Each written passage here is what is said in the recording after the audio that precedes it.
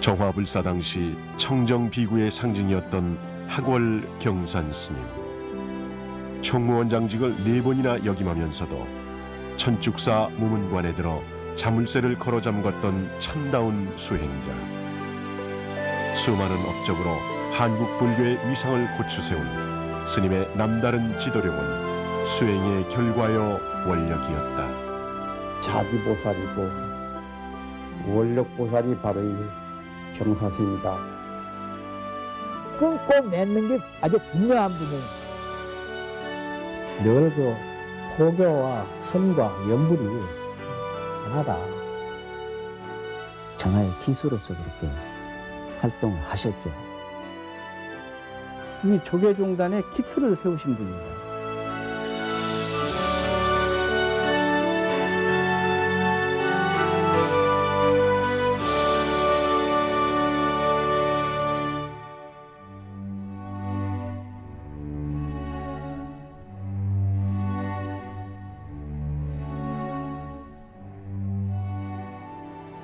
출생지는 함경남도 풍산군 안산면 항수원 세양별이라는 거기서 출생했습니다.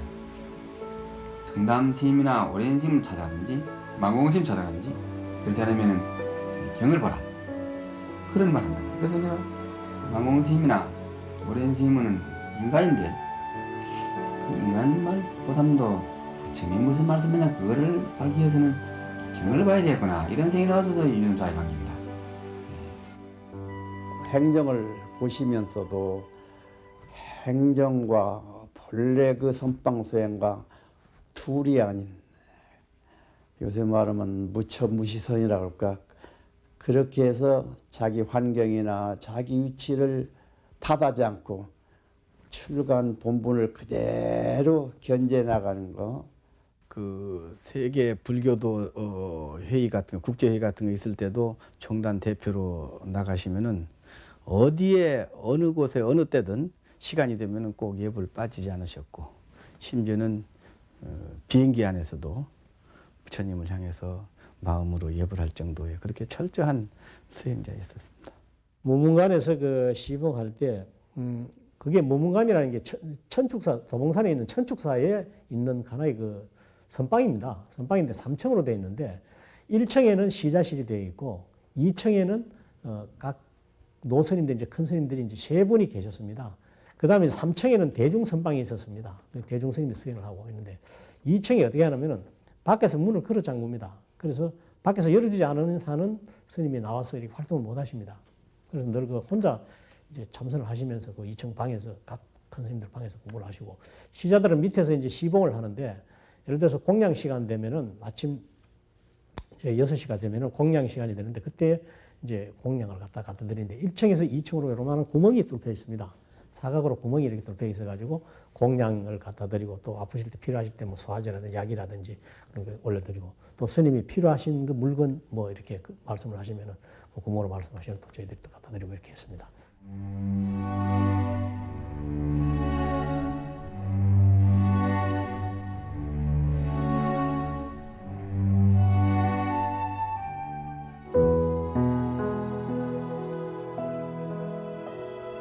설득하고 조율해야 할 대처승단도 주장하고 협상해야 했던 정부기관도 쉽지 않은 상대였다. 그러나 어떤 일로 누구를 상대하든 스님은 원만하게 좋은 결과를 얻어냈다. 언변이 뛰어났던 것도 아니고 행정을 공부한 바도 없는 선승이었지만 스님에겐 부끄럽지 않은 수행자로서의 당당함이 있었다. 일을 처리할 때 절대 서두르지 않습니다. 그리고 그 스님은 본래 타고난 성격상 이 스케일이 아주 큽니다. 그래서 늘 하시는 말씀이 백천강물이 다 바다로 들어가면 한 물이 된다. 한 짠맛이 드는 그런 바닷물이 된다. 그건 다분히 그때 정화가 진행 중이기 때문에 상대가 있어서 그분들을 어떻게 해서 포용해서 이 종단이 하나로 구축해서 2조 이후 이렇게 비틀어졌던 종단을 바로 세우는데 그런 그 자기 나름대로의 철학이라 그럴까? 그래서 모두를 다 함께 포용해서 함께 버리지 말고 어떻게든 설득하고 서로 찾아가서 삼고초려하고 이렇게 해서 승가의 본질인 그 화합, 모두가 화합해서 이걸 일으켜야 되겠다고 하는 그런 생각은 참 다른 신임에게서는 찾기가 어렵습니다. 예. 아무리 그 적대감을 가진 사람도 자기 감정을 막 그냥 그 분노로 막 쏟아내도 그분은 특징이 절대 화를 내지 않습니다. 끝까지 인욕을 하면서 그 거칠은 말을 다 받아들이고 그러면서도 표정은 전혀 불쾌한 표정이 아니었고 늘 싱글싱글 웃으면서 그냥 자비스러운 그런 그 모습을 잃지 않고 그렇게 항상 그렇게 대했죠. 그러니까 감정을 갖고 와서 격렬하게 말하는 분도 은연중에 감화가 되는 거예요. 은연중에 결국은 서로 감정을 풀고 그 화합하는 그런 방향으로 결론을 이끌어내는 분이셨기 때문에 그분을 가리켜서 또 이런 얘기도 또 화합의 명수라고 언제든지 낮은 자세로서 자기가 그렇게 연세도 많고 수행 경력도 많고 그때 종단의 행정기관에서 아주 그 종정신 밑에 제2인자로서 계시면서도 어떤 사람을 만나거나 아주 밑에 삼위승들을 만나도 언제든지 그 하심을 하면서 아주 뭐 상대방의 어떤 그런 그 마음의 부담이나 그 신임에게서 있기는 어떤 그 위험이나 그렇다면 권위주의 그게 완전히 다 녹아서 없어서 완전 그 천진하고 아주 평범하고 불과 본연의 자세인 수행자로서의 그 하심을 아주 철저히 하신 분으로서 가서 상대하기가 편하면서 그러기 때문에 자기도 모르게 좀 어렵게 아주 어렵게 대해지는 그런 참 훌륭한 스님이었습니다. 그 스님께서는 그 관공서에 있는 문들이라든지 정치인들이라든지 정부 지도자들을 만났을 적에 뭘 우리 불교의 어려움을 이야기한다고 그래서 그분들한테 정말 지나친 친절이라는 이런 게 없습니다. 아주 당당하시게 그리고 분명하게 종교의 지도자로서의 그런 걸 꼭 생각을 가지고 그 일을 하시기 때문에 이 업무를 하는 데 있어서 그분들한테 그 부탁을 한다든지 이런 거 무슨 그런 일이 있다 하더라도 그분들에게 무슨 눈치를 본다든지 그런 건 없었습니다. 우리 조계 종단 고승들을 초청해 놓고 그 문교부 장관이 누군지는 잘 모르겠습니다만은 그 사람이 당신들 비구승이라고 주장을 하는데 여기서 비구승이라고 떳떳이 말할 수 있는 분이 몇 분이나 됩니까? 이렇게 이 얘기했을 때 그때 경산 스님은 맨 젊은 스님이니까 맨 뒷자리에 앉아가지고 그 소리를 듣고는 다소 좀 흥분했던 거예요. 그래서 장관을 향해서 하를 했죠. 장관님은 말을 삼가하시오. 이렇게 나오니까 그 장관이 경산 스님 모습을 보고 그만 자기 말이 실수했다는 걸 뉘우치고 실수했습니다. 이해하십시오. 이렇게 해서 사과한 얘기도 있고요.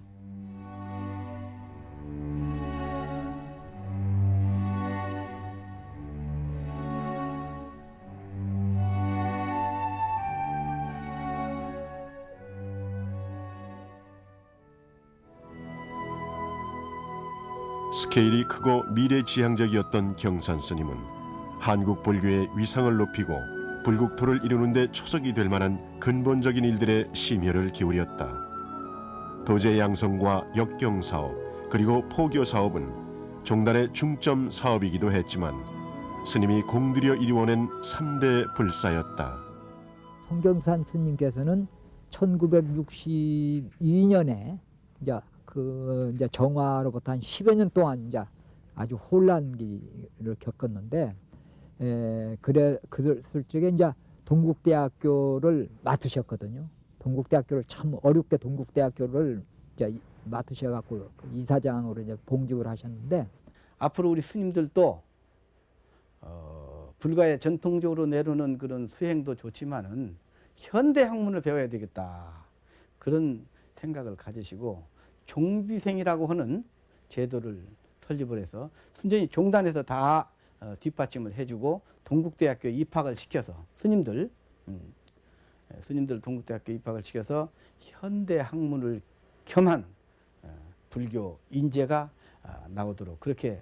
제가 그 1년 정도 이제 그 스님 시봉을 하고 나서 저에게 하루는 부르십디다. 공부를 아침에 이제 경전 공부를 마치고 나서 자곡 수자, 너 혹시 동대 가서 공부하면서 더 해볼 생각이 없느냐 물으시더라고요. 그래서 예, 알겠습니다. 그때 마침 우리 때 제가 졸업할 때는 69년도 그때는 그 예비고사 제도가 없었던 것 같습니다. 근데 졸업하고 나서 예비고사 제도가 생겼어요. 그러니까 출가하고 나서. 그래서 이제 예비고사 그 당시에 상당히 어려웠어요. 예비고사도 통과하고 그 다음에 이제 동국대학교 이제 그때 저희들이 이제 성가학과 1기생이거든요. 불교대학의 성가학과가 처음으로 생겼습니다. 불교학과, 인도철학과, 불교미술학과, 철학과 이렇게 해서 4개 학과가 있다가 이제 성가학과가 생겼습니다. 그래서 제가 1기생인데 그때의 정문이 저희들이 30명이 입학을 했습니다. 30명이 입학을 해가지고 27명이 졸업을 했습니다.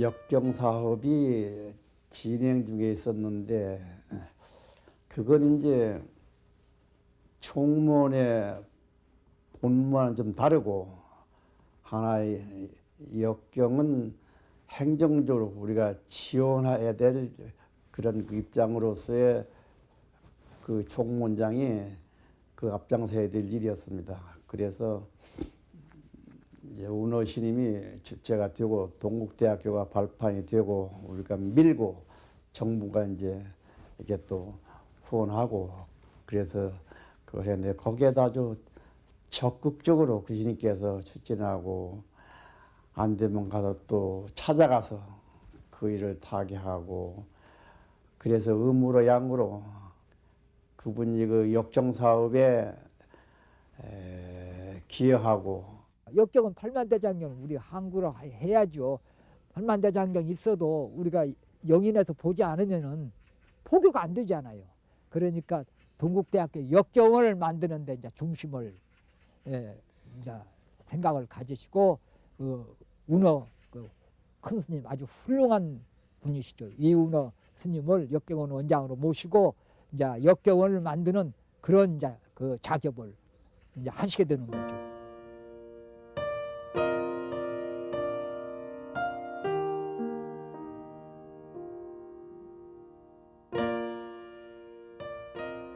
부처님 오신 날 공휴일이 안 되어 있기 때문에 공무원이고 학생이고 초파일날 절에도 못 오고 불교가 발전할 수가 없죠. 그러니까 거기에 중점을 두셨어요.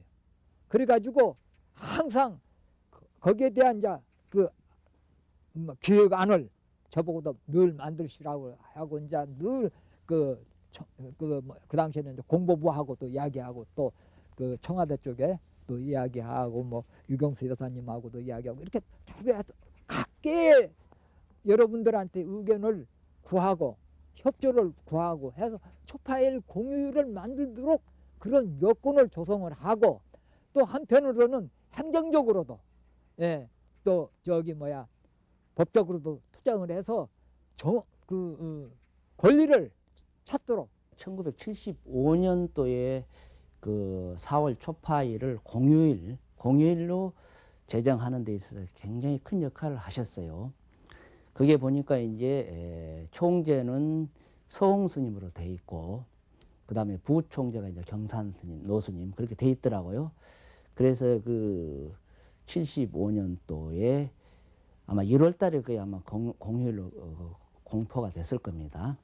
그게 굉장히 그 일조를 하셨다.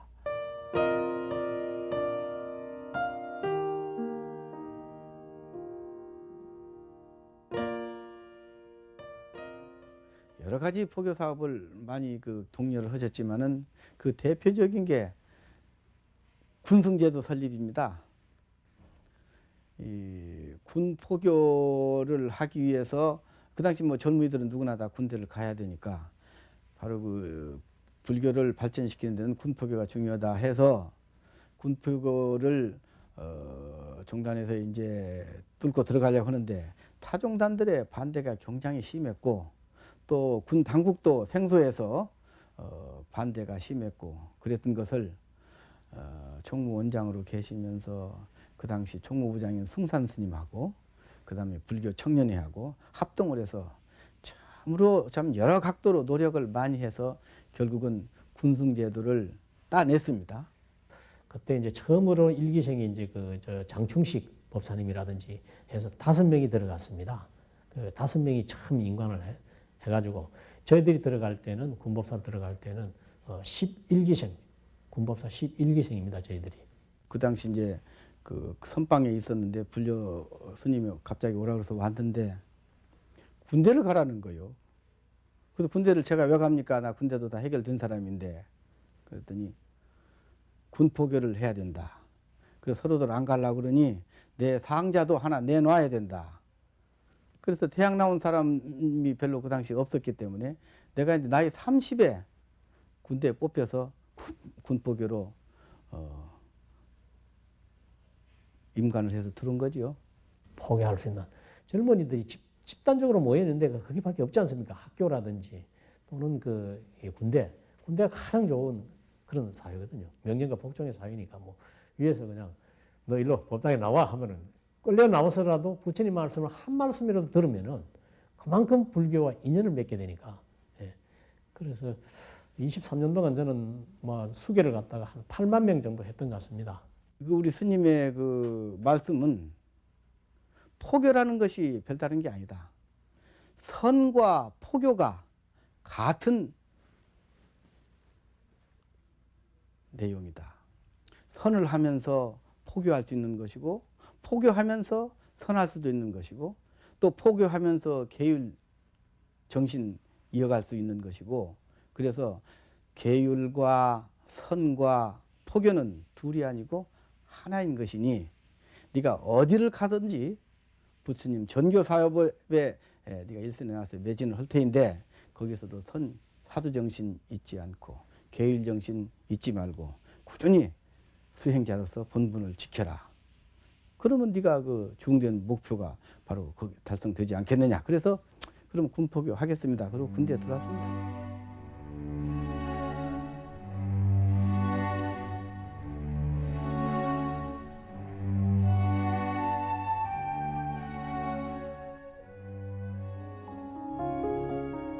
출가 수행자로 살아온 44년의 세월 가운데 절반은 수행자로, 절반의 세월은 한국 불교와 종단을 바로 세우는데 헌신해온 경산 스님. 우뚝한 스님의 법력에 감화받아 문화로 들어온 제자들은 많았으나 스님은 개인의 스승이기에 앞서 종단의 책임자여 대중의 스승이었다. 무릎을 맞대고 가르침을 주지는 못했지만 일에 임하는 스님의 자세와 태도는 제자들에게는 어떤 말씀보다 생생한 가르침이 되었다. 경산스님 같으신 분은 늘 공과사를 분명히 하는 그런 스님이었습니다. 어느 절에서 삼판을 해가지고 해야 될 그런 그걸 행정 절차상 총무의 승인을 받아야 되거든요. 그럴 때 이제 그게 받기가 어려우니까 인간인지라 요새 말하면 뒤에서 이렇게 뭐 좀 갖다 주고 좀 이렇게 해달라고 부탁하고 청탁하는 것도 있잖아요. 네. 그런 일이 있을 때는 단호하게 오히려 나가서 해줄 수 있는데도 그런 일이 있으면서는 아주 딱 부결해서 다시는 거기서 선판을 허가 못하도록 이런 그런 걸 제가 봤거든요. 아주 친한 분인데 그 절에 주지를 한번 하셨으면 해가지고 늘 말씀하세요. 그러면 이제 주위 있는 분들이 원장 스님한테 말씀을 드려야 하잖아요. 그런 말씀을 많이 드리면은 배랑 납니다, 배랑. 그러니까 아무리 친해도 본인이 생각해서 안 드는 건 누가 말해도 안 드는 거예요. 그러니까 부탁을 할 수 있는 것은 스님 저기 좋은 법문 하나 붓글씨 써주십시오 하는 것은 부탁할 수 있겠지만 그 이상 부탁하면 안 돼요. 그만큼 그 공과사가 분명한 분이에요.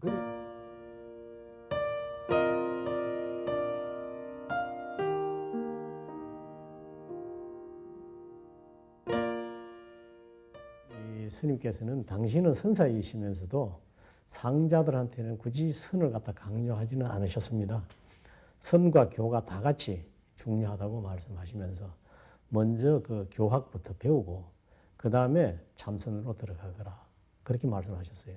그래서 사교 입선이라는 말씀을 많이 하셨는데 우리 선방에서 흔히 사교 입선이라고 이야기를 하면은 모든 것을 갖다가 처음부터 교학을 부처님 말씀을 배우지 않고 막바로 참선으로 들어가야 된다라고 생각하시는데 그것은 잘못된 생각이라고 말씀을 하셨습니다. 사교라는 말은 교를 버린다는 이야기거든요. 선에 들어가기 전에. 교를 버리고 그 다음에 들어간다는 이야기는 우선 교를 배운다는 이야기입니다. 부처님 말씀을. 진리를 배우고 그 다음에 선에 들어가야 된다라고 이렇게 늘 강조를 하시면서 당신 상자들한테도 가능하다면은 학교에 가서 동대 가서 공부를 열심히 배우도록 하라. 불교대학에서 공부를 하라. 그렇게 권장을 하셨습니다.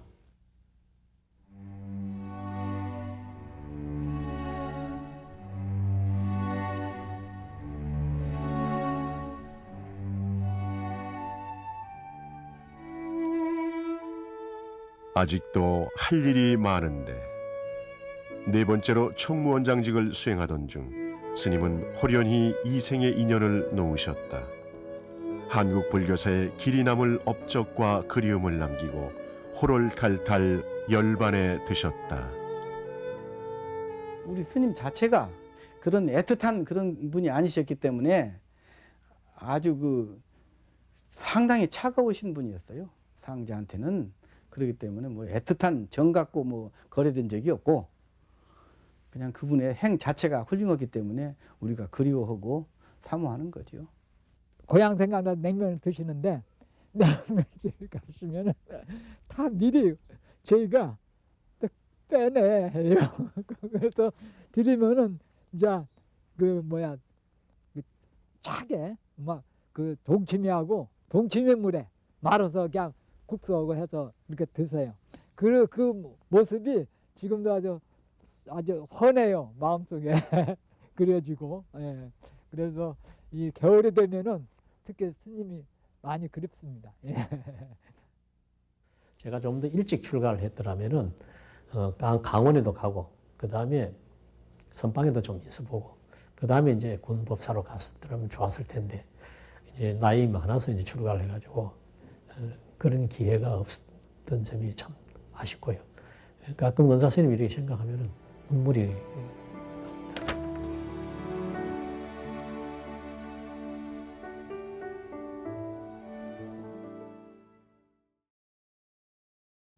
납니다.